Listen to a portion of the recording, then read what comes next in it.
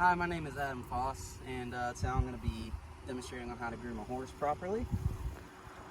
If you've got one of these, it's a Slick Easy, that'd be great because it really pulls the fur off. Even during the summer, they shed a lot. If not, a curry comb will work perfectly fine. You just really try and get that fur off. You especially want to do this in the hot seasons. Even if they just have their summer coat, she looks nice and sleek. There's still a lot of fur coming off. It just helps them keep cool and stay nice and shiny. You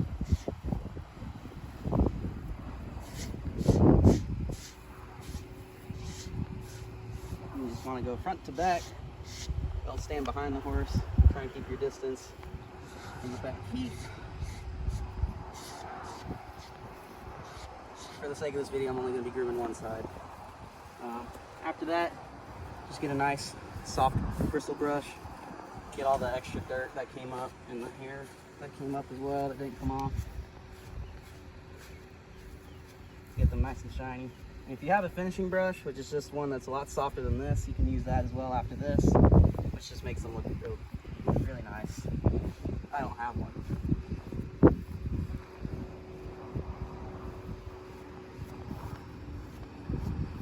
Make sure to get their face as well, because you can get a bunch of extra dirt. And if you have like one of those handheld curry combs, you just get right here. You can see just with my hand a lot of fur's coming off. Make sure to hold their halter so that way they don't freak out as much. And just brush all that hair away. All the eye gunk. She gets bad in the summer. And then of course, get your hoof pick and pick out their hooves. What you want to do is just run your hand down their leg.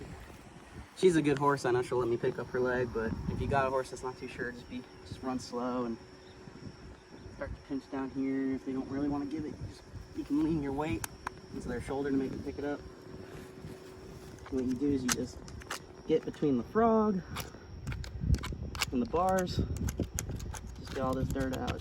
She's got shoes, so I try and get the dirt that's underneath the shoes as well. And a lot of people forget this step. They just typically go forward. I like to spin around and get the dirt that's back here as well. You can see there's still a lot of dirt. And just brush it. And same with the back hoof. I know she's good, but if you got a horse that's not so keen with their feet being picked up, if they're nice and slow, typically you want to stand back here. Pick your foot up like that. Now, if you got a horse that's good, you can just put their fetlock on your knee. And just do the same thing.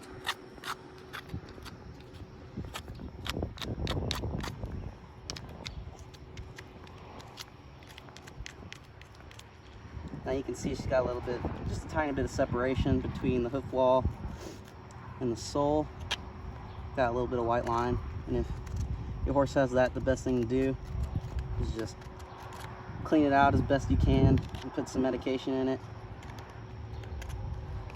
Typically something you can use, the same thing that you use for like thrush, or there's something called white lightning that you can use. It's a hoof soak.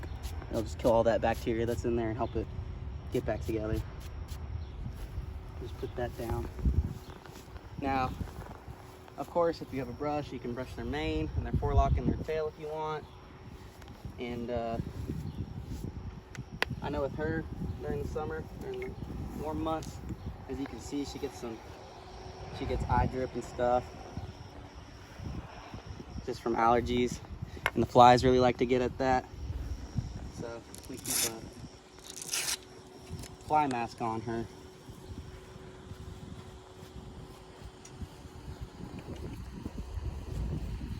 Now, typically when you're messing with their face, you untie them just in case they try and sit back.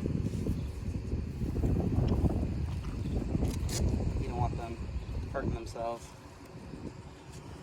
It's better that they get loose and kind of run around and you catch them than them hurting themselves on the fence. And we keep, oh, she got a big hole right there. We keep this one with the nose on it. Like if you've got a horse that has a blaze like hers and it goes down to her nose and past her nose and onto her lips and stuff, she gets really badly sunburnt.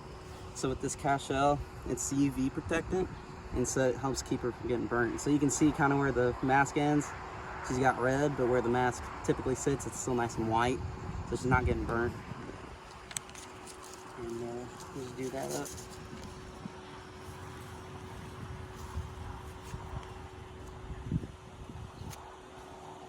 And you groomed your horse. Now when you're doing the halter, make sure to go under.